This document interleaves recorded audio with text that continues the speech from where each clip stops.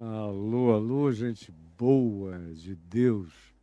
É um prazer nós continuarmos juntos na nossa exposição de Mateus, no capítulo 9, do verso 1 ao verso 8, que eu pedi licença para me utilizar da narrativa de Marcos 2, do verso 1 ao verso 12, como elas são similares, são sinóticas, são de equivalência total narrativa, e no report que trazem, eu disse que preferiria lidar dessa descrição em Marcos, onde ela é mais pormenorizada do que em Mateus 9.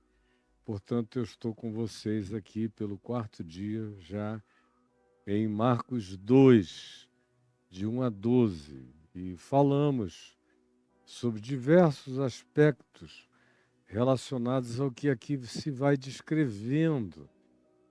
Jesus em casa, a natureza do lugar em Cafarnaum, as multidões que chegam, como não há lugar nem dentro nem fora de tanta gente que se amontoa, e ele lhes anunciava a palavra. Eu expliquei a você o que significava isso, anunciava-lhes a palavra. E é diferente do que você imagina hoje, se bem que hoje em dia ninguém mais pensa em anunciar a palavra. Isso virou uma coisa completamente démodé, careta, fora da hora. O pessoal está fazendo circo, é show, é gritaria para lá e para cá, enfim, tudo tem a ver com derramar 1 litro de óleo na cabeça dos outros, ou sair empurrando, jogando, caindo, gritando, hienando como se fossem hienas, para lá e para cá. Palavra morreu. Foi esmagada, como previu o Jaquelu, foi esmagada pela imagem. A palavra foi humilhada pela cena, pela cenografia, pelo faz de conta, pela impressão. Palavra mesmo, não há mais. E, por outro lado, quando se diz anunciava-lhes a palavra, eu lhes disse que isso não tinha nada a ver com fazer uma exposição histórica sobre Moisés, o Pentateuco, ou coisa alguma. Ele estava ensinando o Evangelho. Os mesmos princípios nos quais a gente passou 2, 3 meses no Sermão do Monte, vendo princípio por princípio, tudo se reduz a uma coisa só. O que quereis que os homens vos façam, fazei isso vós a eles, porque esta é a manifestação, é o cumprimento de tudo que foi dito antes, que tenha significado na lei e nos profetas se resume em ama o teu próximo como a ti mesmo, ama o Senhor teu Deus de todo o teu coração, de toda a tua alma, de todo o teu entendimento, e ama a Deus na prática de amor no próximo, fazendo antecipadamente a Ele todo o bem que tu gostarias que dele um dia viesse a ti. Então, toma a iniciativa de ser assim, conforme tu gostarias que o mundo fosse para ti, ser tu antes para o mundo todo. E é o princípio simples de Jesus. E ele está ensinando esse evangelho do reino de Deus, que deixa Moisés na idade das trevas, deixa Moisés na gruta da idade da pedra, deixa Moisés no paleolítico, deixa Moisés lá no primitivismo mais absoluto. Isso aqui é a proposta de uma vida que a humanidade nem de longe sequer ainda sonhou em alcançar, e que está proposta como projeto do reino de Deus para ser vivido e para ser praticado. Para ser vivido e para ser praticado por cada um de nós. É a nova humanidade, é a nova manifestação do significado de ser humano. É o que o Evangelho propõe. E enquanto a gente não vai chegando perto disso, a gente está longe, longe, longe do Evangelho. Você pode carregar e cuspir o nome Jesus o dia inteiro da sua boca, falar, arrotar esse nome e nada. É a mesma coisa. O Evangelho começa a entrar na gente quando a gente bota o pé em cada princípio e pratica em obediência, em fé, essa fé que opera pelo amor, esse amor que se manifesta no trato, nas relações mais variadas da vida da gente.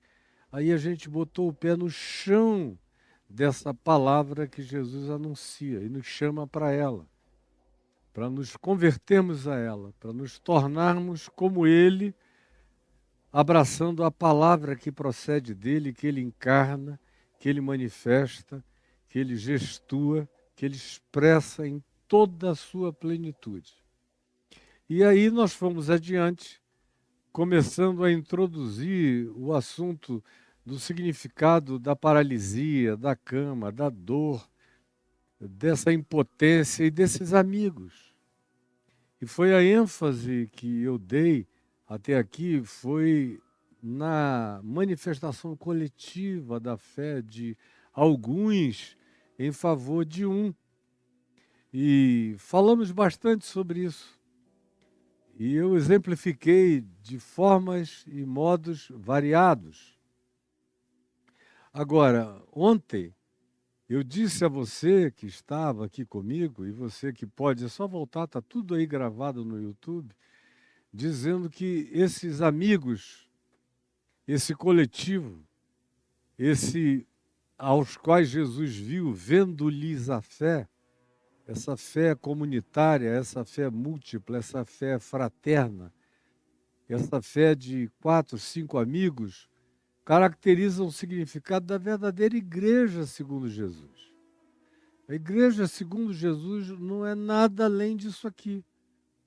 Amigos em estado de vínculo fraterno, tendo a mesma fé, o mesmo espírito, a mesma comunhão, o mesmo objetivo, a mesma intenção prática de ajudarem-se uns aos outros, especialmente aquele que dentre eles era o mais disparadamente necessitado, que é esse colega, amigo, irmão paralítico.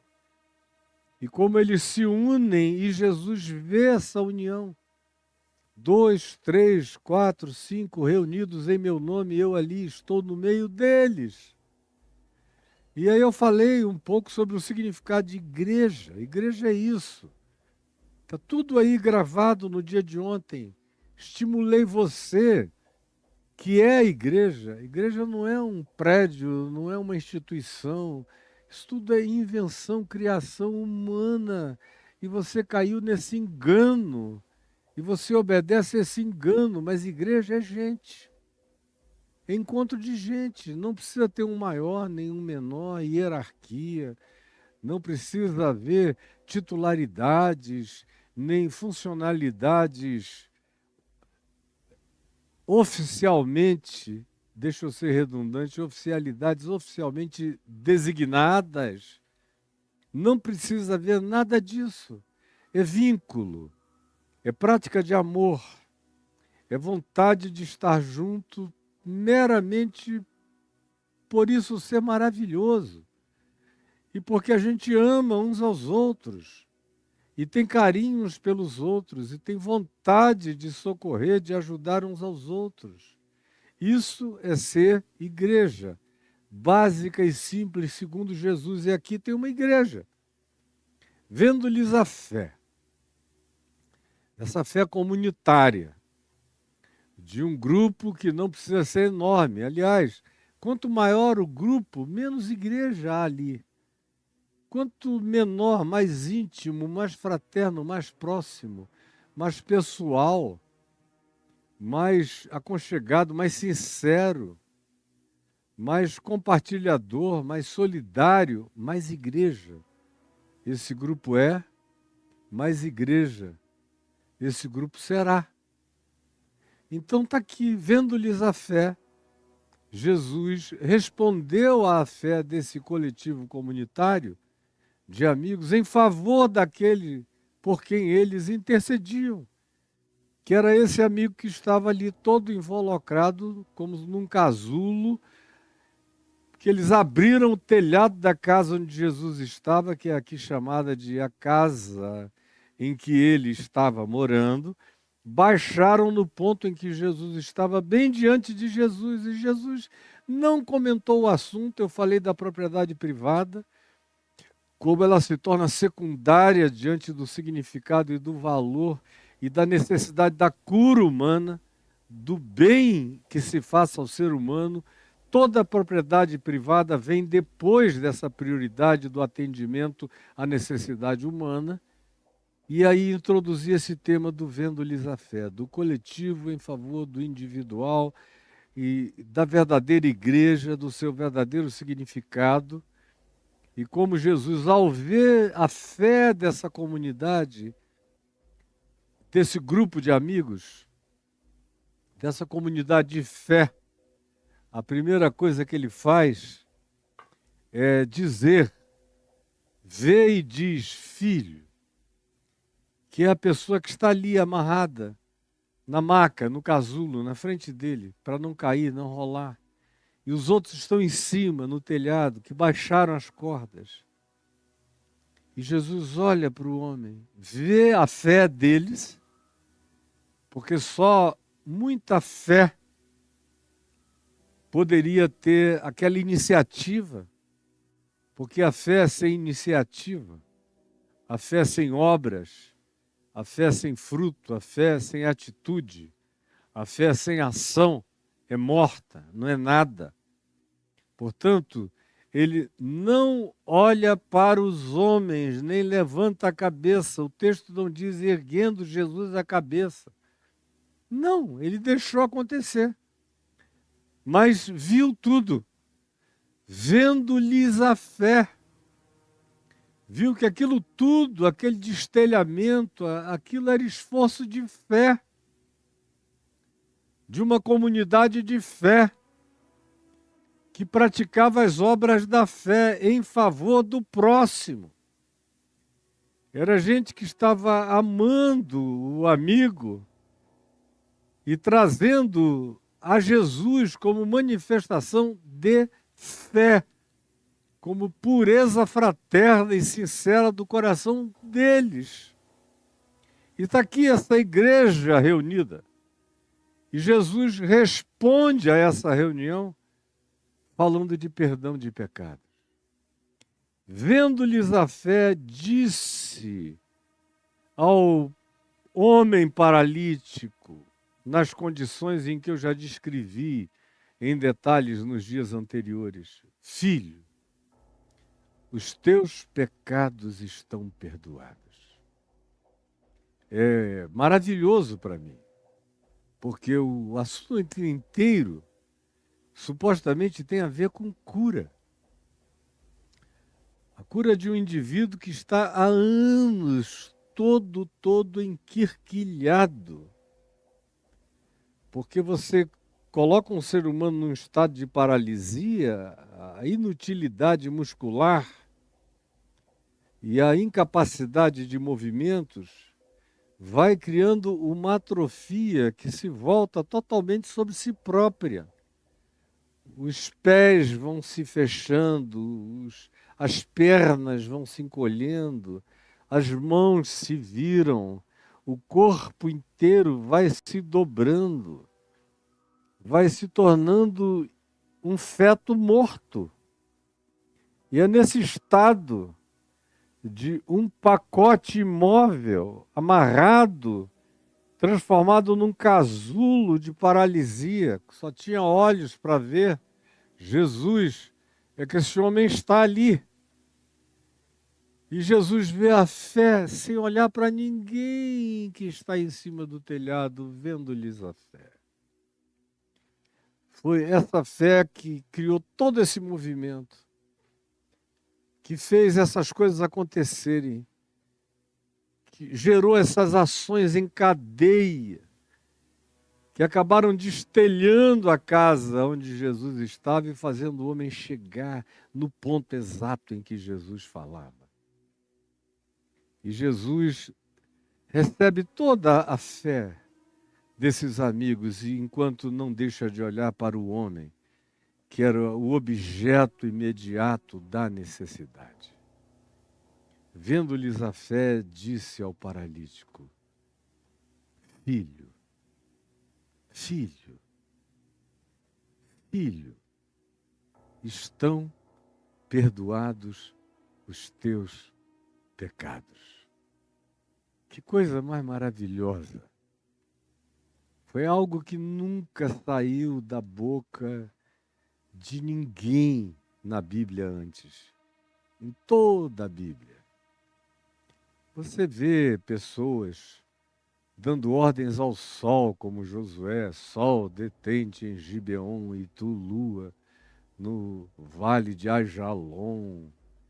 Moisés abrindo o mar vermelho, ou batendo na rocha com o cajado, ou falando a rocha. No caso, foi o bater que fez com que ele transgredisse, de onde saiu água.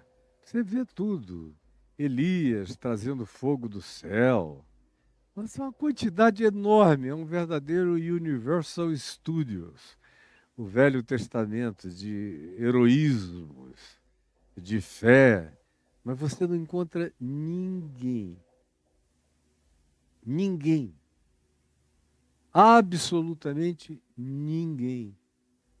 Moisés nenhum, Abraão nenhum, profeta nenhum, Davi nenhum, ninguém, dizendo: Filho, estão perdoados os teus pecados.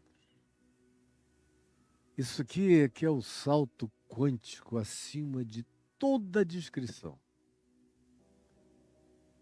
Jesus não pode ser medido, como eu me lembro, que quando eu me converti, há mais de meio século, às vezes eu ouvia aquelas conversas com os meus amigos da Assembleia de Deus, que frequentavam muito a minha casa, muito.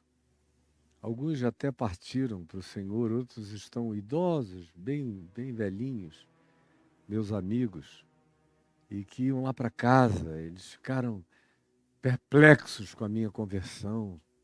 Como é que era possível uma pessoa que tinha dado tanto trabalho na cidade toda, agora de repente ser o principal porta-voz do Evangelho nas praças, esquinas, na rua, no rádio, na TV, em tudo que é lugar. Eles iam para lá e eu acolhia todo mundo com o maior amor. Mas quanta conversa tola eu assisti. E eu os ouvia dizendo, às vezes, uns aos outros, quem é que você admira mais na Bíblia? Aí tinha alguns que diziam, para mim não tem ninguém como Moisés. Que coisa linda, Moisés. Pediu para ver a face do Senhor. Mas o Senhor disse, não me poderás ver a face, eu todavia deixarei que tu me vejas pelas costas. Que intimidade. Ou quando se diz que que o varão Moisés era íntimo de Deus. Aí outro diz, mas eu gosto de Abraão, que foi chamado amigo de Deus. Aí vinha um outro e disse, não, eu me admiro profundamente da coragem de Caleb, que disse, esses gigantes da terra de Canaã, a gente enfrenta todos e vence. Aí tinha alguém que dizia, não tem ninguém parecido com Davi, acerca de quem se diz que era um homem segundo o coração de Deus. Você sabe lá o que é isso? Ser um homem segundo o coração de Deus. E eu ficava ouvindo, e escuto, vocês estão falando do que está contido na Bíblia? De capa a capa, é? É. Eu digo, e por que ninguém aqui falou de Jesus? Aí eles não sabiam explicar porque que já naquele tempo, há meio século atrás, a maioria deles era extremamente mais atraída pelos heroísmos, pelos Superman, a respeito da Liga da Justiça do Velho Testamento, esses super-heróis, esses seres do fogo, do sol, abre-te mar, passa, jorra água, pedra, todas essas coisas miraculosas os encantavam infinitamente mais do que Jesus. É claro que eles não faziam como se faz hoje. E não é de hoje. Eu já contei aqui de um dos mais conhecidos líderes e corruptores espirituais do Brasil, da história do Brasil, da história evangélica no Brasil, que me disse mais de uma vez, pessoalmente, aqui na minha igreja é proibido falar de Jesus porque Jesus dá azar, Jesus não dá sorte, Jesus só inspira amor, bondade, compaixão, misericórdia, você se tornar solidário, mas não estimula as pessoas a trazerem grana, dinheiro. Dinheiro é com Abraão, é com Moisés, é com Gideão, é no Velho Testamento, é com barganha, é tomar lá da cá. Então aqui só pode pregar o Antigo Testamento. Isso há 30 anos. Mais precisamente, há 28 anos o indivíduo me disse isso. A primeira vez e repetiu outras vezes em outros dias. É a convicção dele, que se tornou convicção deles todos. Porque essa é a ênfase que você vê. E tudo funciona em torno dessas figuras e desses elementos. Agora, Jesus está silenciado, morto e calado nesse meio todo, porque, como disse o indivíduo, não ajuda a levantar dinheiro. Jesus manda dar, manda doar, manda entregar, manda atender, manda se compadecer.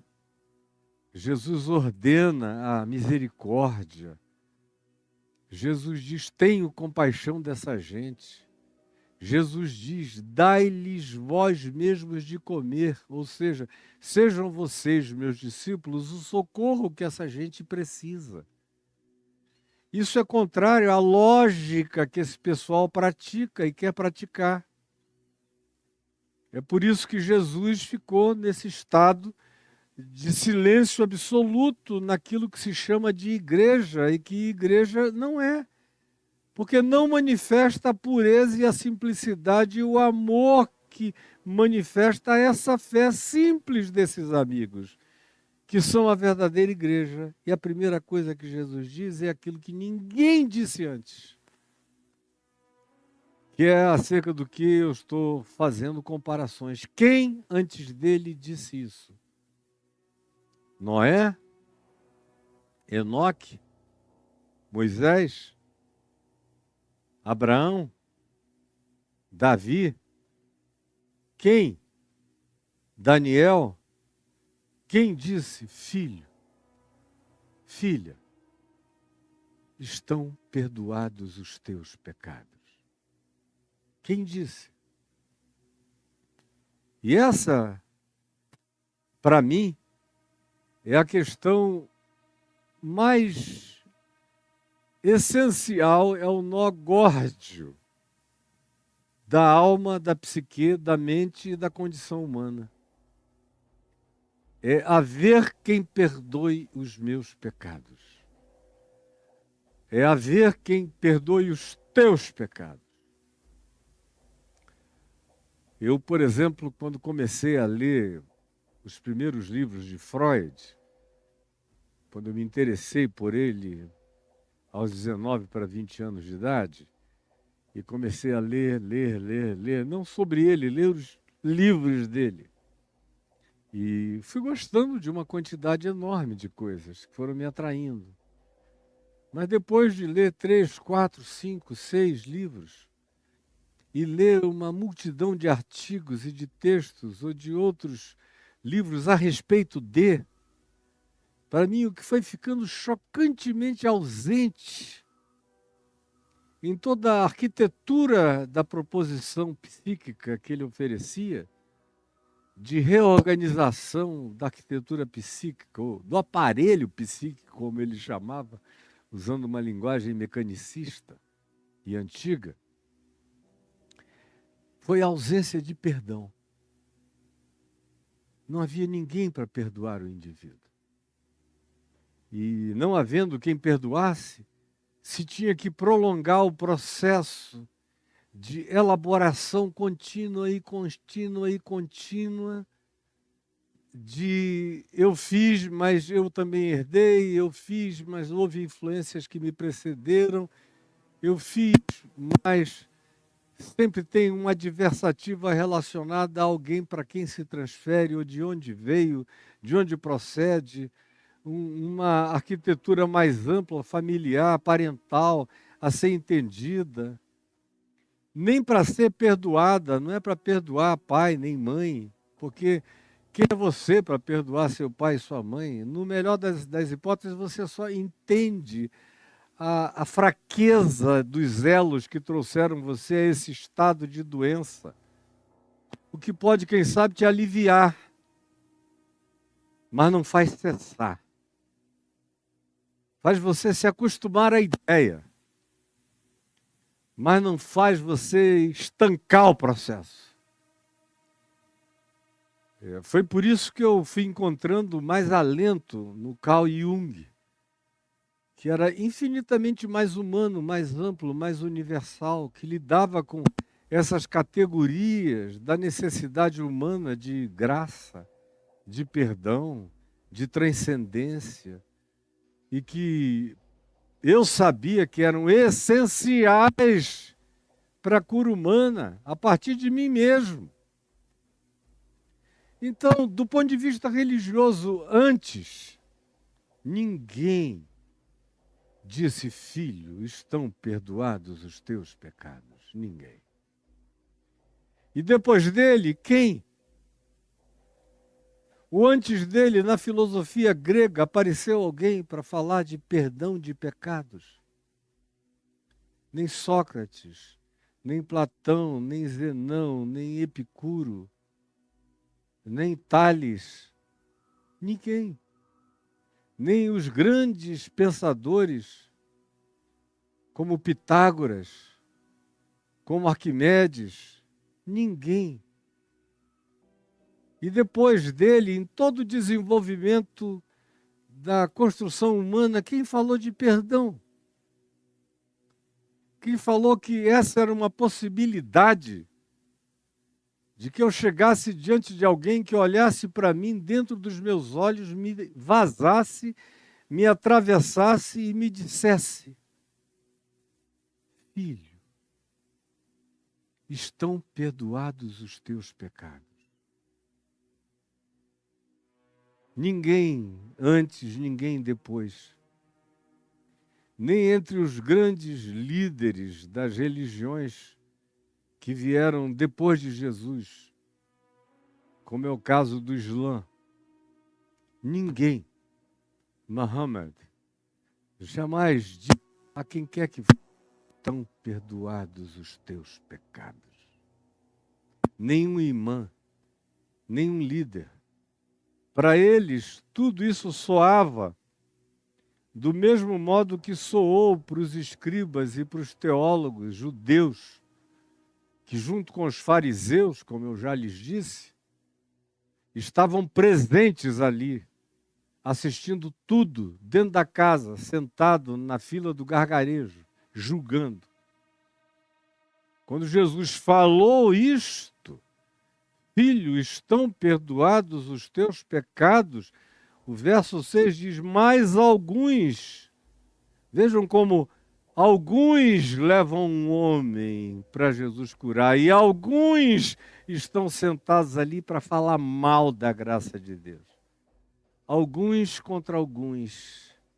É o que você vê o tempo todo no choque humano. Mas alguns dos mestres, dos escribas, dos teólogos, dos acadêmicos, ali assentados, arrazoavam, porque o negócio deles era conferir teologia, fazer arquiteturas teológicas. Meu Deus, nunca ninguém falou assim. Nem Moisés teve essa ousadia, nem o nosso pai Abraão. Ninguém. Quem é esse que fala desse modo? Nós não temos na memória nada igual a isto. Quem é esse cara? Quem ele pensa que é? E a pergunta não é nunca quem ele é, no sentido generoso, bondoso. Quem sabe estejamos na frente e diante de algo inusitado. Não, é quem é. Quem ele pensa que é.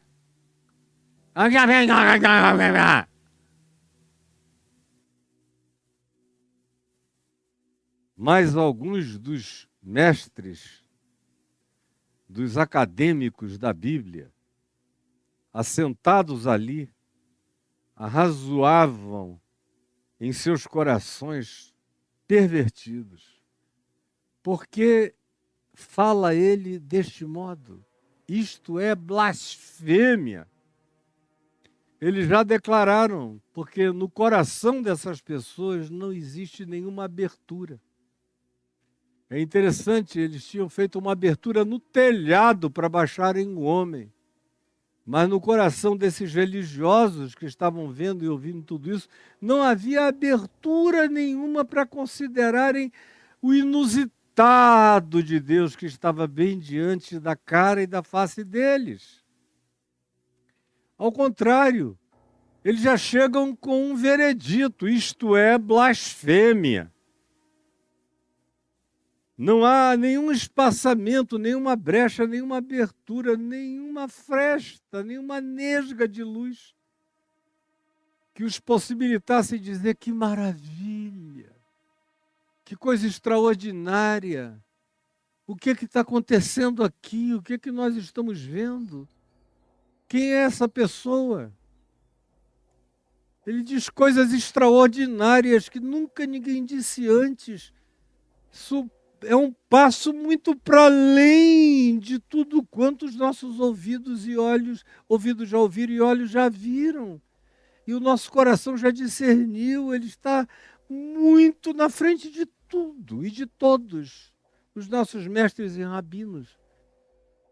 Não há uma chance sequer a ser dada para aquilo que é diferente do condicionamento que já está imposto pela lavagem cerebral de séculos e séculos e séculos de dominação religiosa, encapsulando a mente, o cérebro, o discernimento, o pensamento, engessando as estruturas do pensar e fazendo tudo convergir para uma decisão já pré-determinada. É blasfêmia. É blasfêmia. Como é o que eu vejo acontecer o tempo todo. As pessoas não terminam nem de ouvir, já estão dizendo é blasfêmia, é um blasfemo.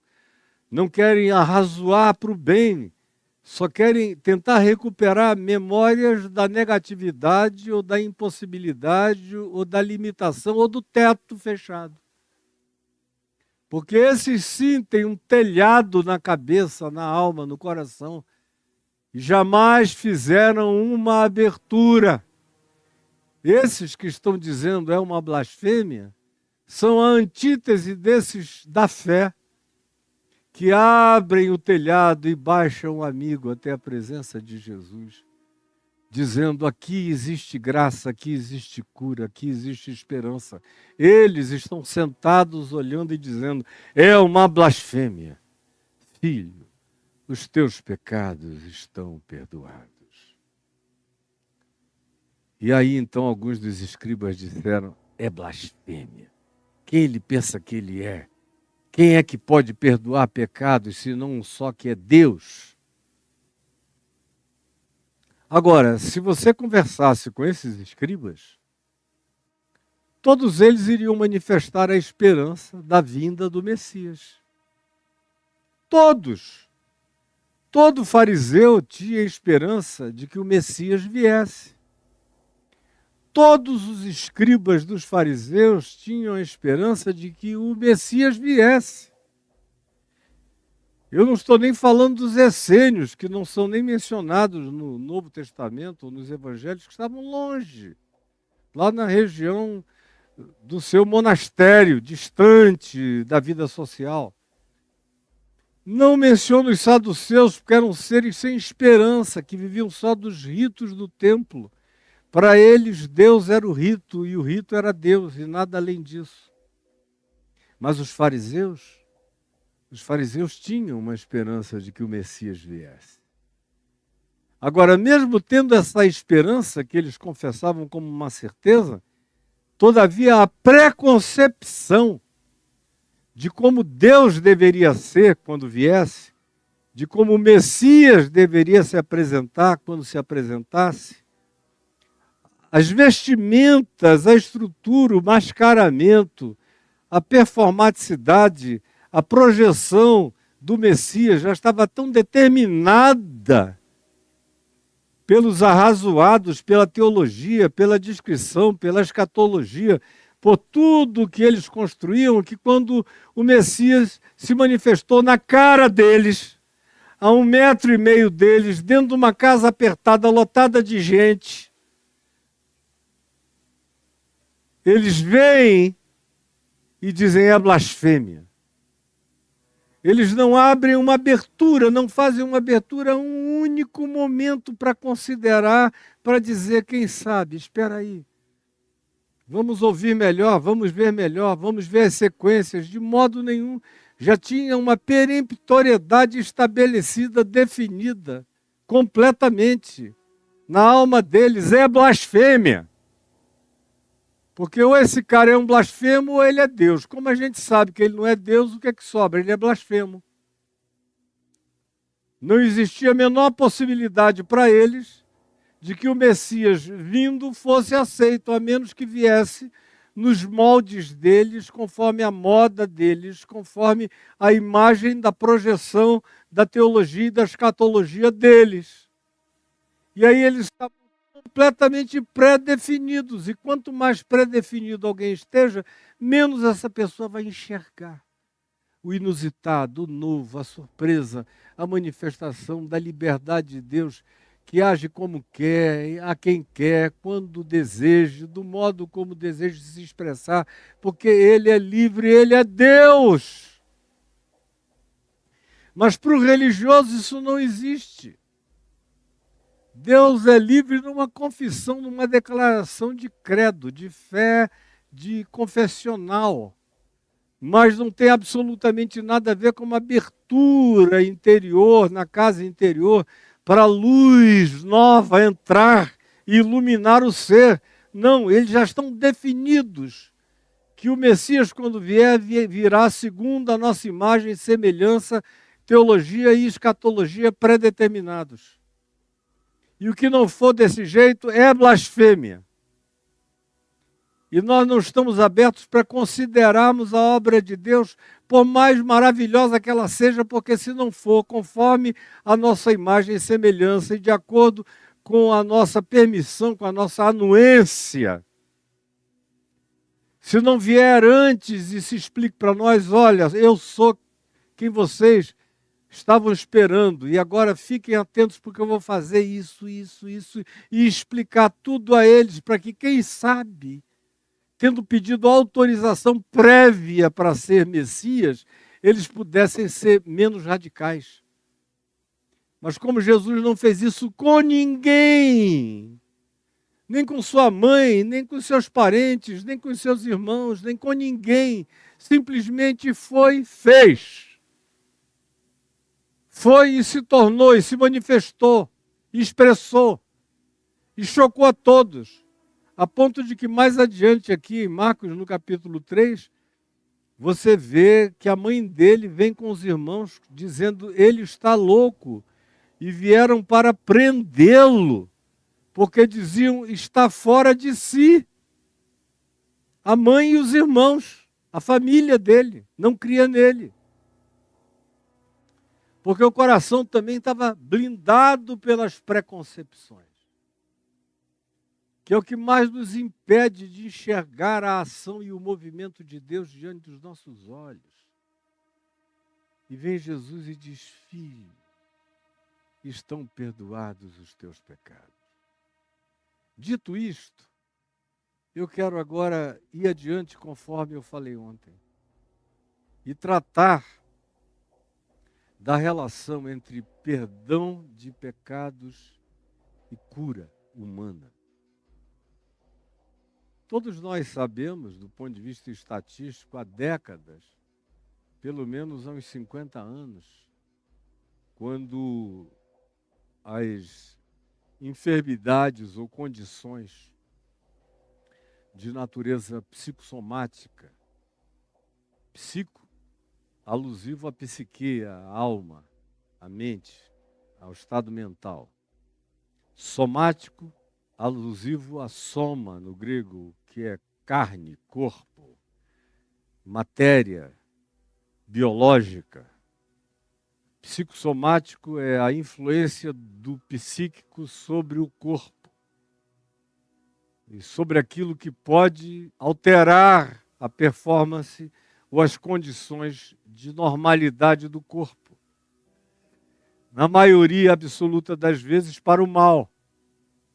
Daí a uns 50 anos a gente já tivesse até uma certa estatística que dizia que, naquele tempo, a afirmação era de que 85% das enfermidades humanas tinham origem psicossomática. Eu não era convertido e já lia sobre isso. 85% das enfermidades e da condição humana deriva-se de desordens, de desarranjos, de transtornos de natureza psíquica, mental. Eu cresci com essa consciência. Ela não é nova, ela é antiga. Agora, o interessante é que foi a psicologia mais recente, dos últimos 80 anos, que começou a criar essas associações. Mas Jesus, há 2000 anos, e não só Jesus, nesse sentido, a Bíblia, nesse sentido, a lei de Moisés em relação aos sacrifícios de perdão pelo pecado, na afirmação da necessidade de perdão para os pecados, já dizia isso. Davi já dizia isso no Salmo 32. Está aí, que Paulo cita depois em Romanos 3. Salmo 32. Como perdão e cura estão profunda e irremediavelmente associados. Ou você lê a mesma coisa no Salmo 38. Desse vínculo inquebrável entre perdão e cura para o corpo. e cura para as estruturas do ser com as suas implicações e derivações nos sintomas somáticos, físicos da gente. Agora, ninguém praticou isso. Davi apenas intuiu que as incoerências, que os pecados dele o estavam enfraquecendo, enfermando. Ele descreve taquicardias, arritmias, fraqueza física, dor óssea.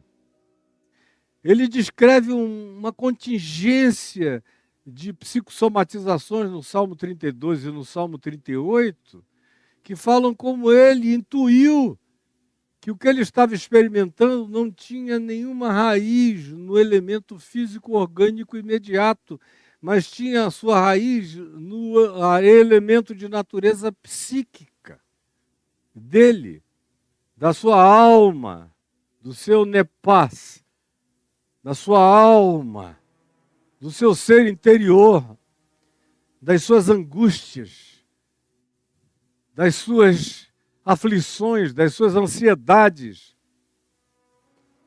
Eu estou fazendo uma exposição nos Salmos e gravando, você logo vai ser introduzido a elas. Já devo ter feito 80, mais ou menos. E vou fazer centenas e centenas. Porque a riqueza do material dos Salmos, quando você lê os Salmos a partir de Jesus, e você vai lendo tudo, relendo tudo, tendo Jesus como chave interpretativa, como chave hermenêutica, ficando com tudo aquilo que é coerente com o ensino do Evangelho, com o ensino de Jesus e dos apóstolos.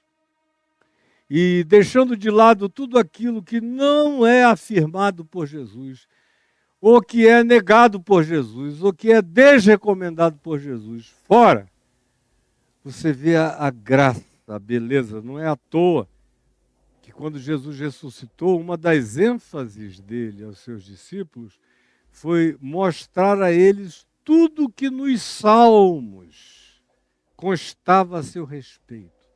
Tudo que nos Salmos ele foi mostrando, olha, e é assim que vocês vão ler esses Salmos agora, me tendo como chave interpretativa para a compreensão de tudo que está dito aqui. Filho, estão perdoados os teus pecados. Aí, ele queria naturalmente curar o homem. Naturalmente, ele disse isso. E se não tivesse havido essa introdução, que não chegou a ser vocalizada, não foi verbalizada, não foi tornada audível por esses mestres da lei, por esses intérpretes, ao contrário, aconteceu nos seus corações. Jesus, então, fala a eles que tinham feito todas essas conclusões. É blasfêmia. Quem esse cara pensa que é? Só Deus pode perdoar pecados. Isso é um blasfemo que está diante de nós. E Jesus, o texto diz, percebendo. É uma percepção que, como toda percepção, é um atravessar.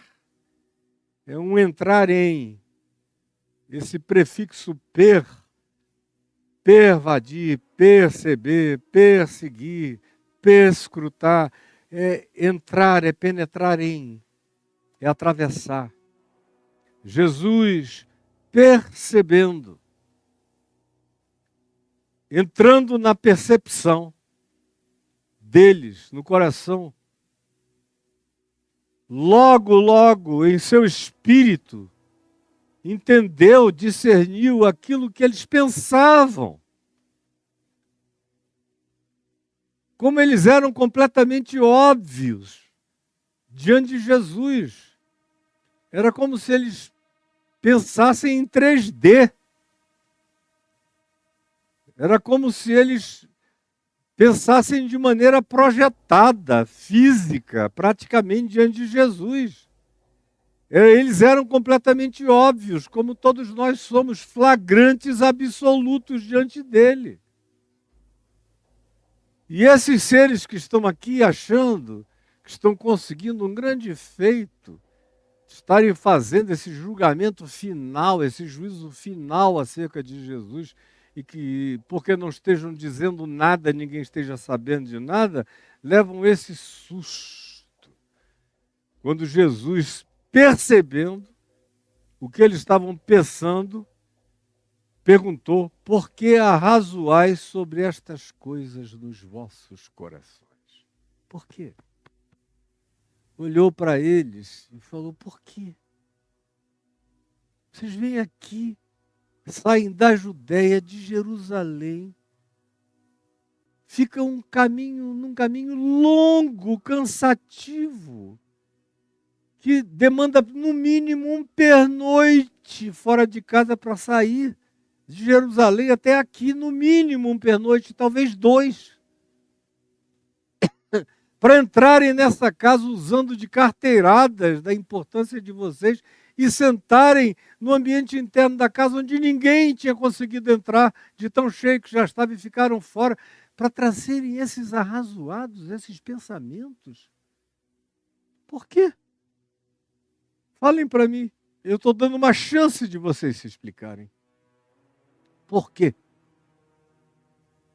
Aí Jesus faz uma outra pergunta, sabendo que dali não virá nenhuma explicação, nenhuma honestidade, nenhuma sinceridade, nenhuma verdade. Isso é só maldade pela maldade, num processo de retroalimentação, de juízo ininterrupto, que a religião, com os seus dogmas e suas catequeses, e seus sistemas fechados, e suas estruturações pré-definidas, e seus messias pré-pintados, nas suas concepções fixadas, inalteráveis, que não estão abertas para Deus, nem para o Espírito Santo, nem para o Verbo encarnado de Deus diante da cara deles. Jesus sabia que dali não havia resposta além da mentira, ou da elaboração perversa que Jesus já tinha lido como um 3D no coração deles.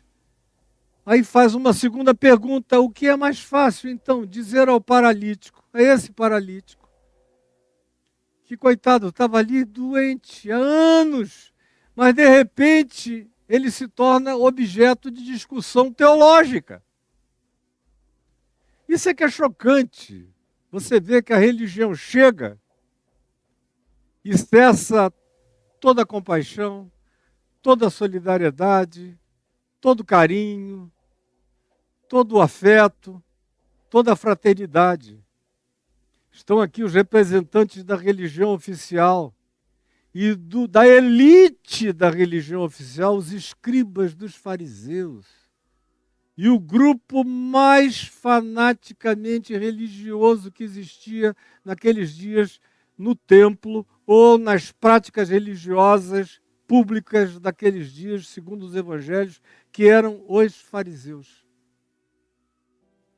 que se julgavam os mais espirituais.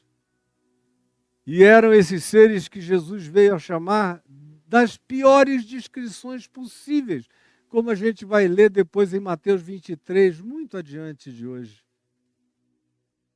Esses indivíduos estão ali e Jesus, então, sabendo que dali não sairia nada, a não ser juízo, porque eles se reúnem para pior, como diz Paulo em 1 aos Coríntios, no capítulo 11, quando vos reunis, não para melhor, e sim para pior. Vocês só se ajuntam para piorar as coisas. Diferentemente da verdadeira igreja, dos amigos que estavam no telhado, cheios de fé, de amor, de compaixão, de generosidade, de misericórdia, querendo melhorar a vida, querendo libertar o amigo, o próximo, querendo vê-lo sair andando por conta própria com as próprias pernas, querendo vê-lo restaurado para a existência, diferentemente desses que carregam o coração da verdadeira igreja de Deus. Estava diante de Jesus assentado como um bom crente, como os teólogos, diante de Jesus, cheios de juízo, de senho franzido. Quem é esse? Que negócio é esse? Que blasfêmia é essa? Quem é que pode perdoar pecados, se não só que é Deus? Então, já que a gente sabe que ele não é Deus, ele é um blasfemo. É digno do tratamento mais piorado que se possa dar a ele. Como deram, de fato, a acusação que prevaleceu até o fim foi essa, de blasfêmia, portanto, morte, e morte de cruz. Olha o choque entre essas duas congregações. A congregação que faz uma abertura no telhado e a congregação que não tem a mente aberta para nada. Nem que a graça de Deus se derrame na cara deles, eles não enxergam. Eles estão blindados. Aí Jesus faz uma outra pergunta: o que é mais fácil? Já que vocês estão chocados com o fato de eu ter dito, meu filho, os teus pecados, que não são poucos, estão todos perdoados por mim. Eu te perdoo de tudo. E daqui a pouco eu vou falar da relação entre esse perdão e a doença. Estão perdoados. Aí tem essa entrada de pensamentos estuprosos, estuprantes, essa curra mental que eles fizeram contra a graça, essa violência abrupta.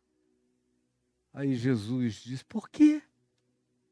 Por que vocês são assim? Por que vocês ficaram tão horrorosos?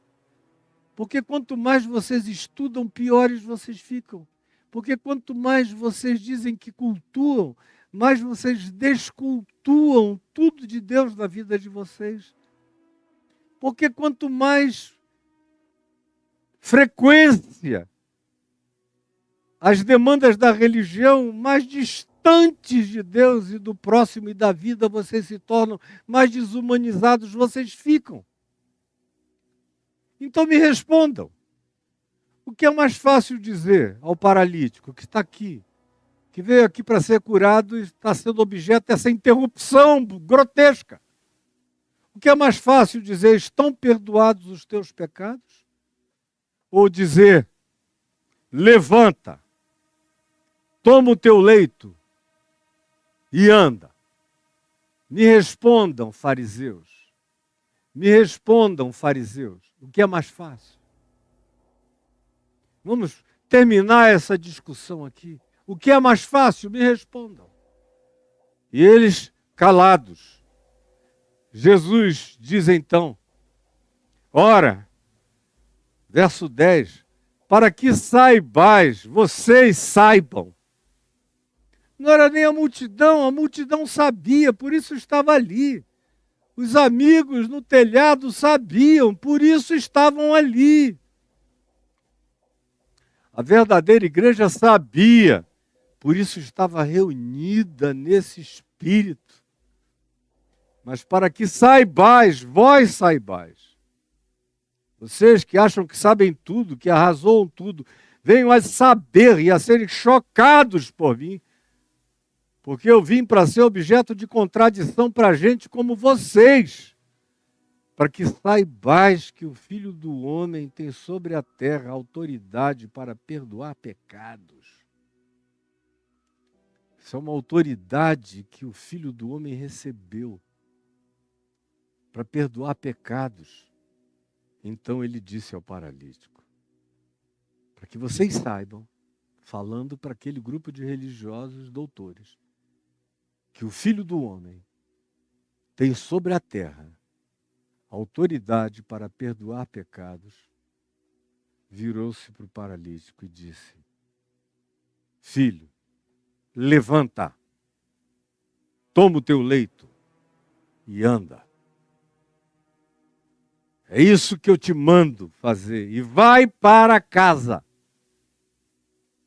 É outro a quem Jesus manda voltar para casa. Depois eu falo sobre isso um pouco mais, esse volta para casa. Levanta, toma o teu leito e anda. Então ele, o paralítico, o homem amarrado no casulo, foi desatado por inteiro e se levantou. E no mesmo instante, a palavra é instante, just like that. No mesmo instante, tomando leito, ele voltou todo ao normal, as mãos, as pernas, os braços, foi tudo automático. A estrutura muscular, tudo foi se refazendo instantaneamente diante de todos.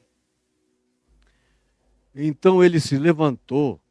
Um homem que estava nesse estado há anos e anos e anos, levaria meses e meses e meses de fisioterapia, assumindo que ele tivesse ganho uma condição de recuperação. Jamais seria nada instantâneo. Para ser instantâneo é porque veio o combo completo da cura, inclusive do processo e da estrutura muscular. Então se levantou e no mesmo instante, tomando leito, retirou-se à vista de todos. Isso é outra coisa linda.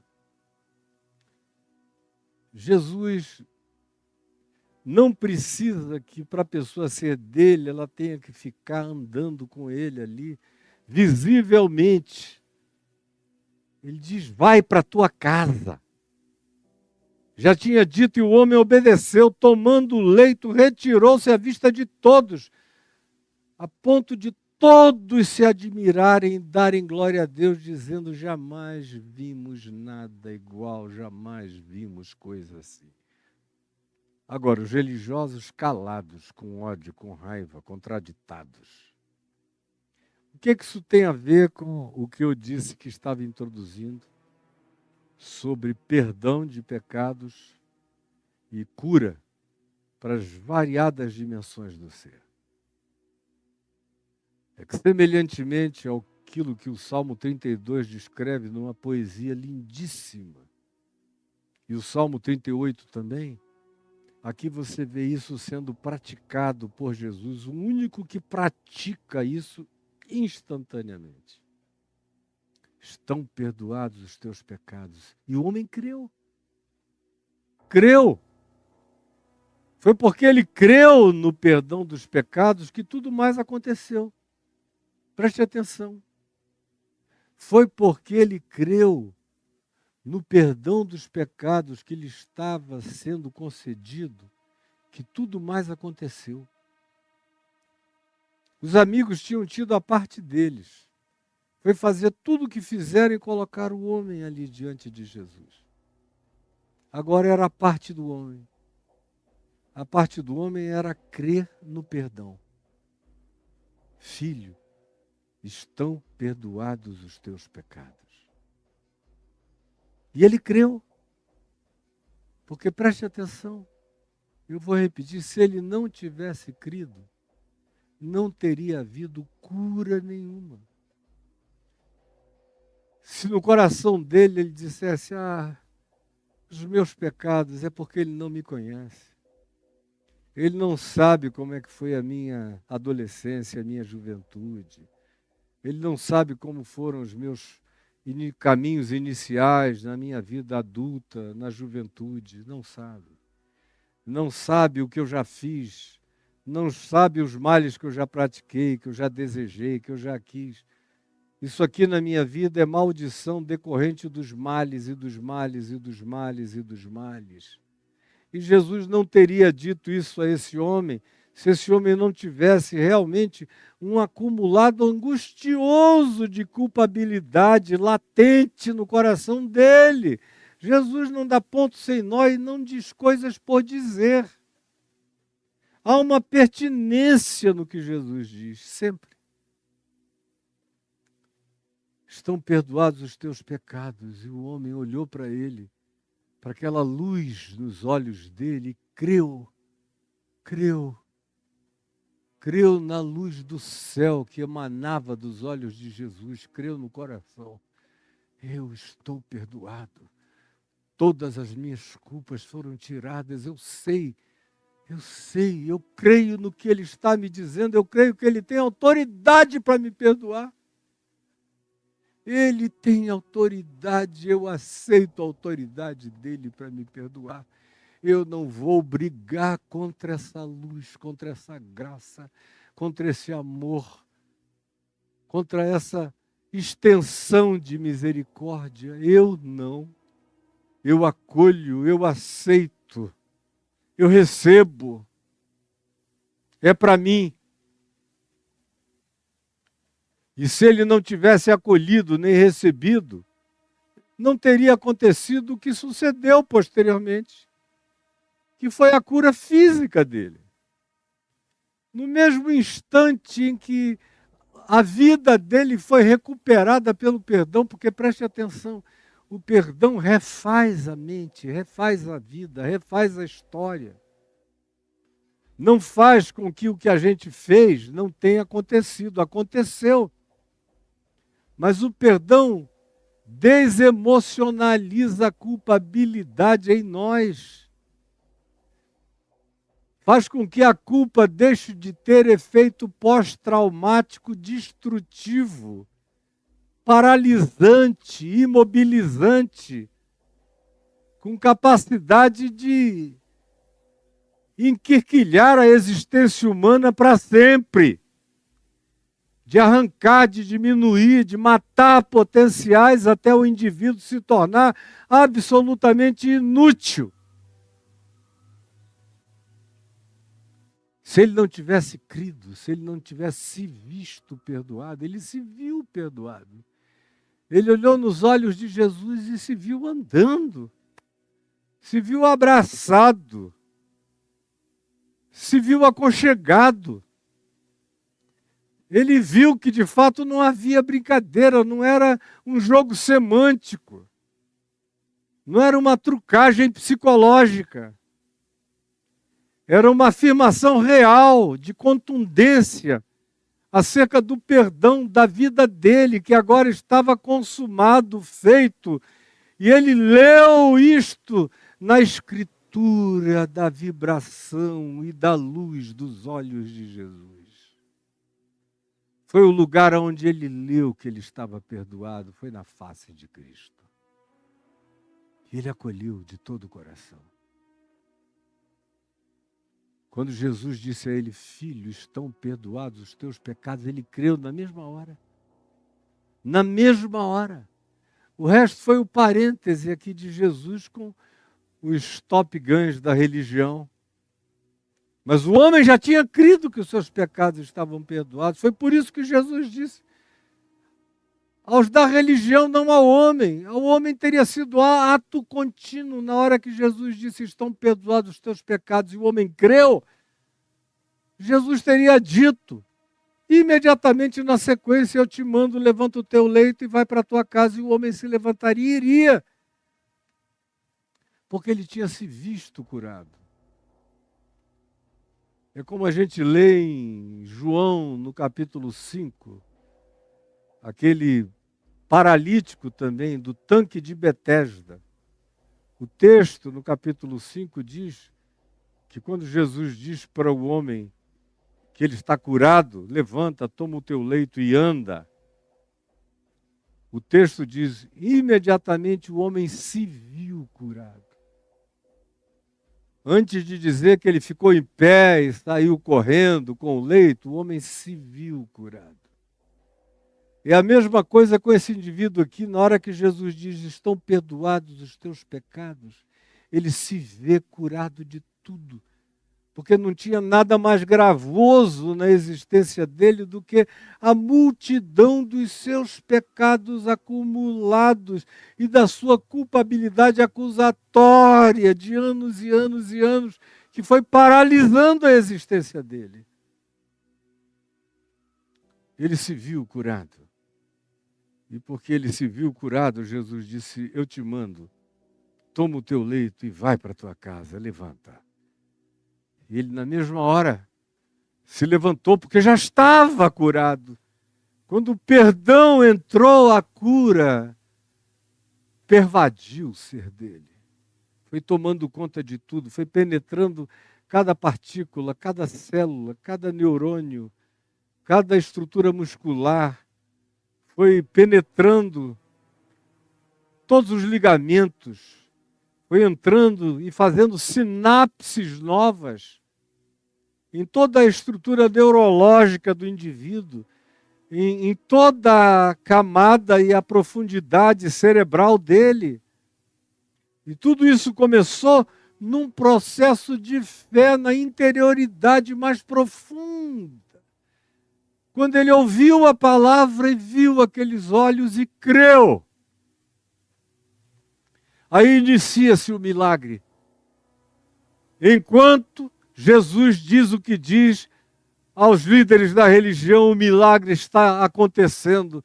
Jesus fecha o parêntese e diz: eu te mando, levanta, toma o teu leito e vai para casa. E o homem já está com tudo restaurado, imediatamente se levanta e anda. E aí você diz, o que isso tem a ver com a gente hoje aqui? Eu tenho lidado, no curso da minha vida, não por causa de Freud, ou de Jung, ou de Lacan, ou de qualquer especialista, ou de qualquer corrente psicológica, mas por causa de Jesus. Por causa dos salmos lidos a partir de Jesus. Há décadas e décadas e décadas da minha vida, eu tenho lidado com uma quantidade enorme de circunstâncias dessa natureza. De gente para a qual eu olho e vejo que a doença do indivíduo é a culpa dele ou dela. E a culpa vai produzindo e produz todo tipo de desordem, de transtornos. Alguns ficam na ordem apenas dos transtornos psíquicos.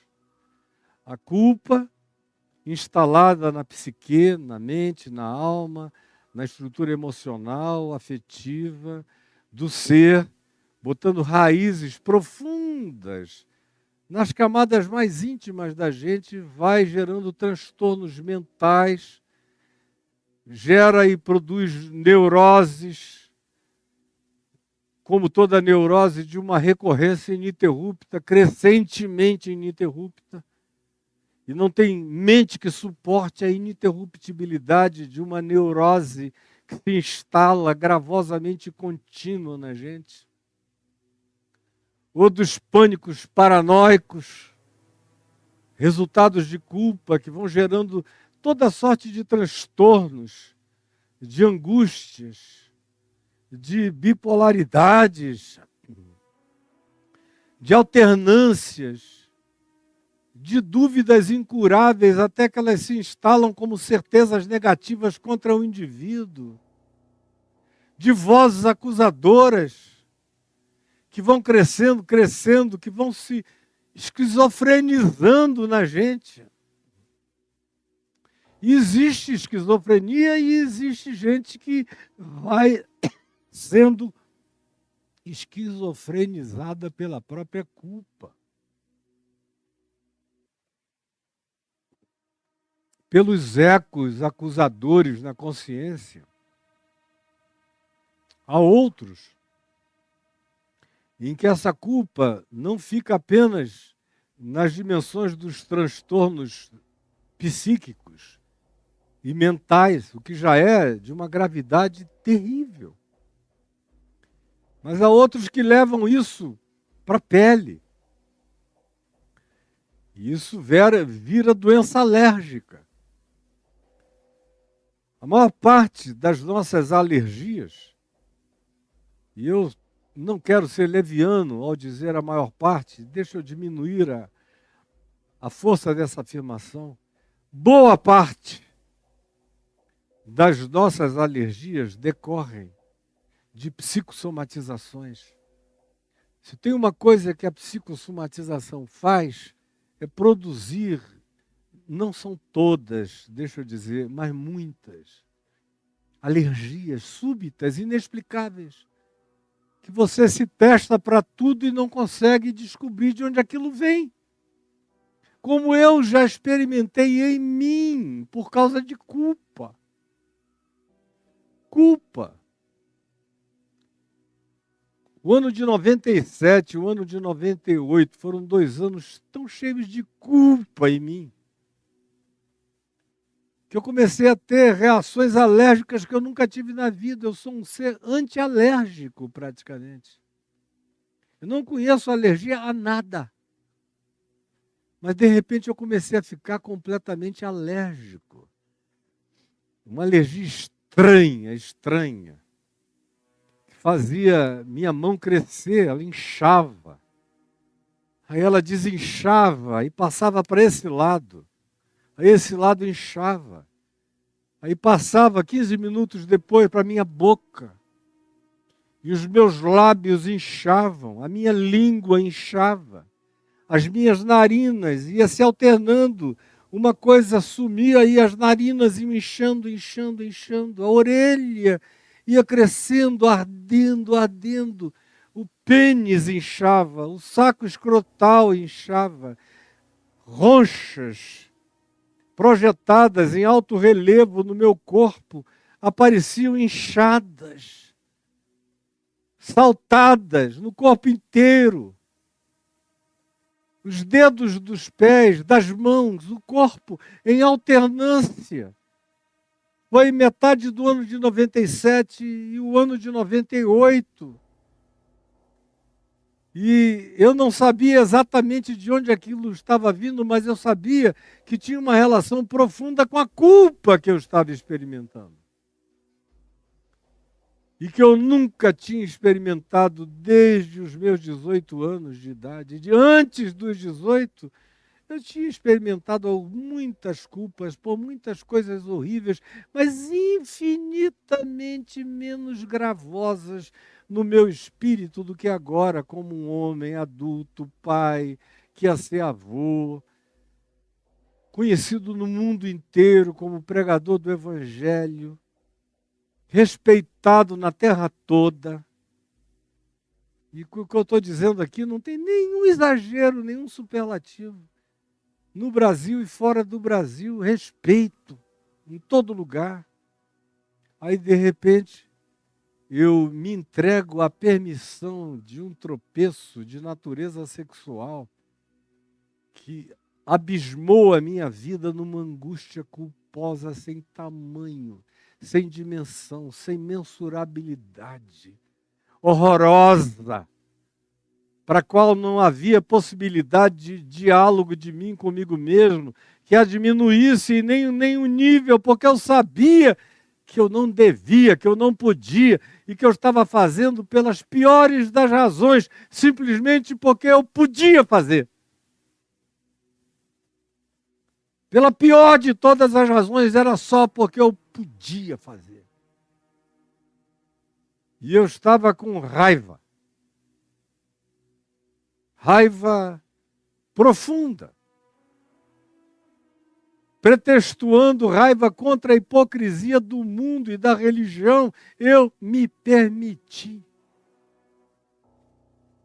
E ao fazer isso, eu chamei sobre mim um juízo que só vem sobre a cabeça daquele que anda honestamente com Deus e que não consegue fugir de Deus mesmo na deliberação do seu mais definido e autodesignado pecado. Era o meu caso.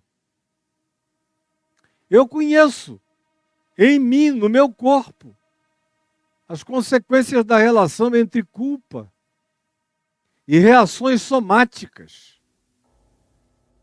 Como logo a seguir eu fiquei preocupado que eu desenvolvesse um câncer. Eu tinha quase certeza que se eu não tratasse daquele assunto, da minha culpa, na presença de Deus com sinceridade e com verdade, eu iria morrer de mim mesmo. Porque eu tinha consciência de Deus em mim. Eu nunca vivi sem Deus um segundo da minha vida. Tudo que aconteceu, aconteceu de mim na presença de Deus, comigo diante de Deus, na cara de Deus. Aí depois vieram os sintomas de sangue vivo na evacuação. Foi quando precipitadamente um médico me diagnosticou como estando com câncer no intestino. Eu levei 15 dias com aquele diagnóstico de câncer no intestino com metástase no fígado. Para então, e só depois de 15 dias de radiografia computadorizada, descobrirem que era uma diverticulite em estado praticamente de supuração. Graças a Deus eu estava supurando para dentro do fluxo intestinal, que se tivesse ido para fora, teria dado septicemia, eu teria morrido de infecção generalizada, sem assistência médica nenhuma nos Estados Unidos.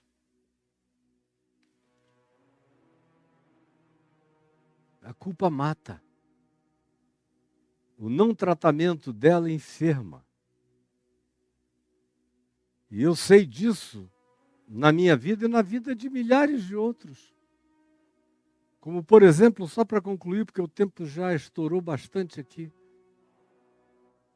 Uma vez eu cheguei numa das cidades do Nordeste, estava pregando lá num estádio, de manhã para os pastores, à noite para a população da cidade inteira, aquilo lotado.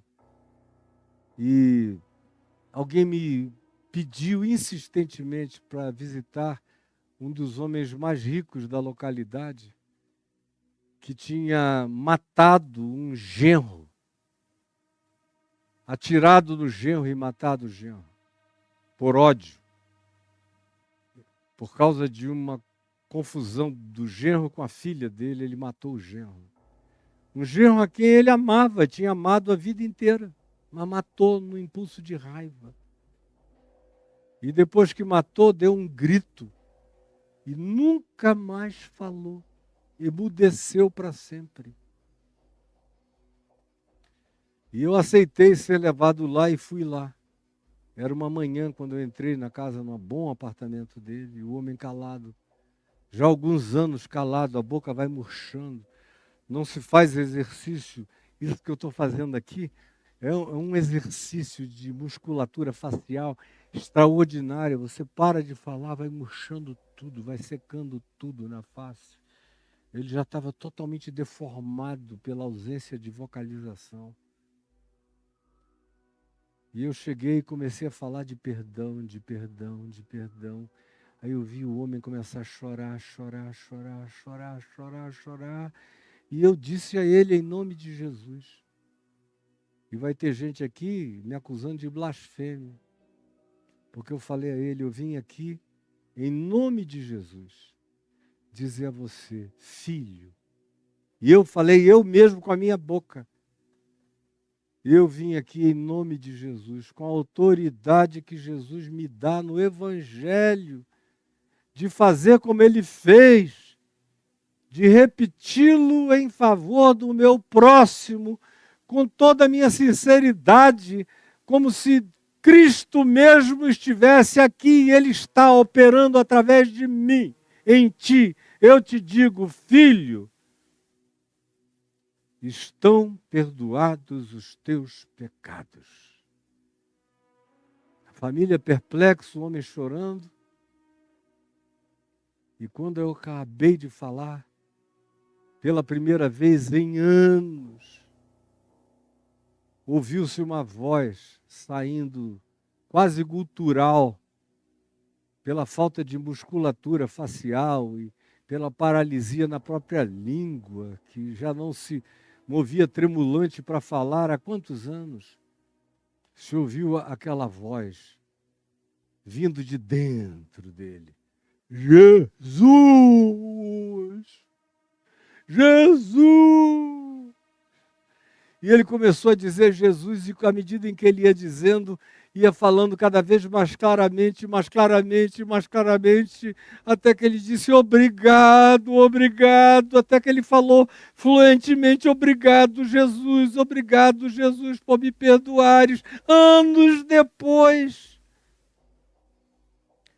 Agora, ele tinha ido para todos os especialistas, em todas as correntes psicológicas, e tinha tomado todos os remédios, e for assistido por todos os psiquiatras, mas era preciso que chegasse alguém com a autoridade de Jesus, falando em nome de Jesus, como se fosse o próprio Cristo. Filho, estão perdoados os teus pecados. Como eu vejo a minha vida inteira, faz meio século, eu ouço milhares e milhares de histórias de pessoas, aonde eu vou, dizendo eu estava na situação tal, tal, tal, tal. São as situações mais horrorosas, de tratamentos longos e prolongados sem cura. E a pessoa diz, eu comecei a te ouvir e eu criei no que você estava pregando. Sobre Jesus, sobre a presença dele conosco, em nós. Eu criei e eu tomei posse. Foi como se aquilo fosse tirado de mim com a mão. Subitamente, na hora, imediatamente, como diz aqui o texto. Quantas histórias eu ouço e continuo a ouvir sobre isso, porque está acontecendo aqui e agora, enquanto eu falo aqui, está acontecendo aí. E eu não tenho a menor dúvida do que eu estou dizendo. E não há nenhuma tentativa de trucagem, de pressionamento, de sugestão, não. É a certeza de uma vida inteira que está falando com você. E é a certeza do Evangelho transformada na minha vida inteira, dizendo isso a você. Quando os seus pecados estiverem perdoados, e eles já estão, eles já foram levados na cruz, já está tudo pago, já está tudo consumado aqui, viu, meu amigo Caio? Aqui, Caio, querido Caio, isso. Já foi tudo levado na cruz. Foi o que Jesus disse, está pago, está consumado. Não há mais dívida nenhuma.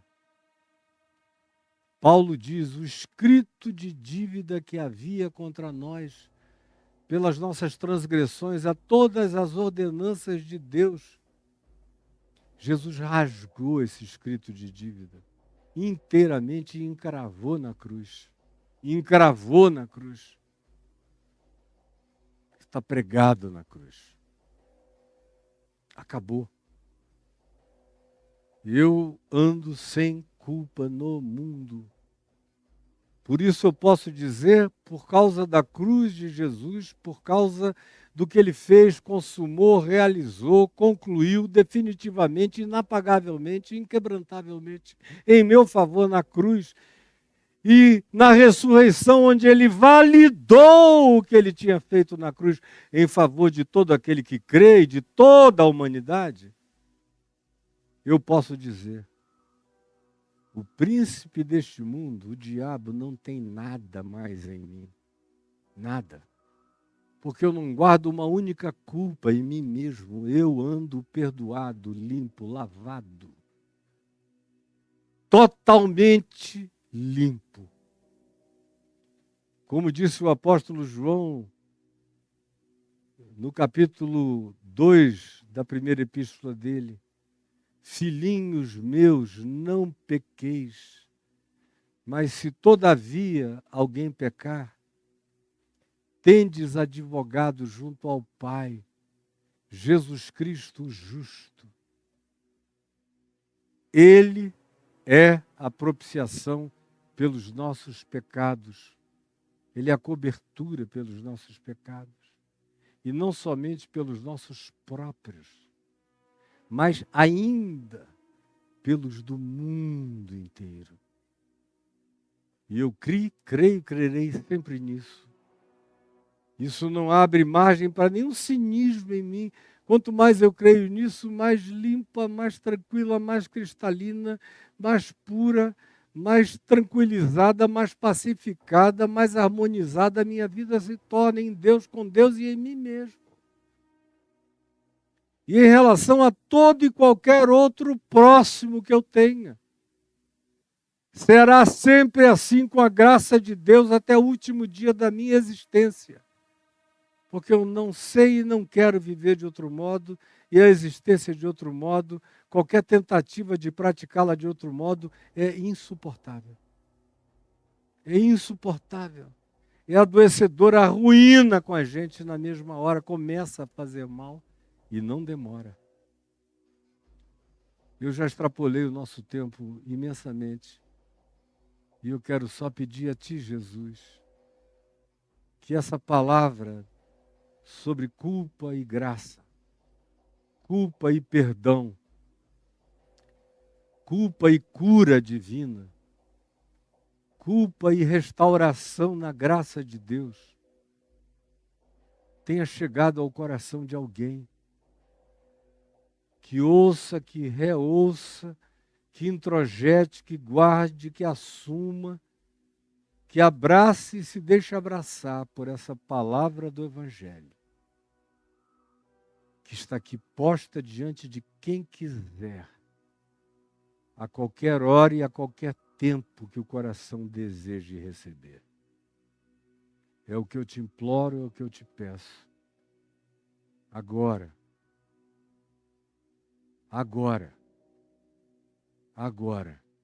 nesse instante, em nome de Jesus, imediatamente, instantaneamente. Amém e amém. E aqui, só a gente concluindo, hoje é o nosso último dia na semana, amanhã eu não vou estar aqui com você. Você está vendo aqui em cima esse QR Code, você sabe o que fazer, oi? Tudo bem, obrigado. Enfim, eu estou livre aqui. Está vendo o QR Code em qualquer lugar aqui em cima? Você vai lá, aponta, entra no ambiente, cartão de crédito, você sabe o que fazer. O que é isso? É para você ajudar o meu ministério, ajudar essa palavra que chega até você. Não é a minha vida pessoal, não é para eu comer e beber, não, é para pagar os que trabalham, os que editam, os que cortam, os que estão nesse instante, tanto no Rio, quanto em São Paulo, quanto aqui, trabalhando, cortando, fazendo, para que isso chegue, não apenas nas plataformas, mas nas casas das pessoas, por meios e mídias os mais variados, chegue às pessoas, a quem precisa. E aí eu preciso de você. Apenas na perspectiva do que Paulo propôs, como meu associado, como meu cooperador, foi a linguagem de Paulo. Aos que queriam participar com ele, tornem-se meus associados, meus cooperadores na pregação do Evangelho. Você pode se tornar meu associado na pregação do Evangelho de Jesus. Está aí, você sabe como fazer. Quem está no exterior tem o PayPal, e tem o Pix passando aqui também para quem quiser. E para aqueles que dizem, Caio, eu também quero te ajudar de um outro modo, tem um Pix aí, mas a minha ênfase não é nesse Pix. Quem quiser utilizá-lo, fica à vontade, mas não é essa a minha ênfase. A minha ênfase aqui é outra. São os meus cursos. Eu gosto de viver do que eu ofereço. Eu gosto de viver do que eu ofereço, não é do que eu peço. Por isso eu não me sinto bem pedindo nada para mim.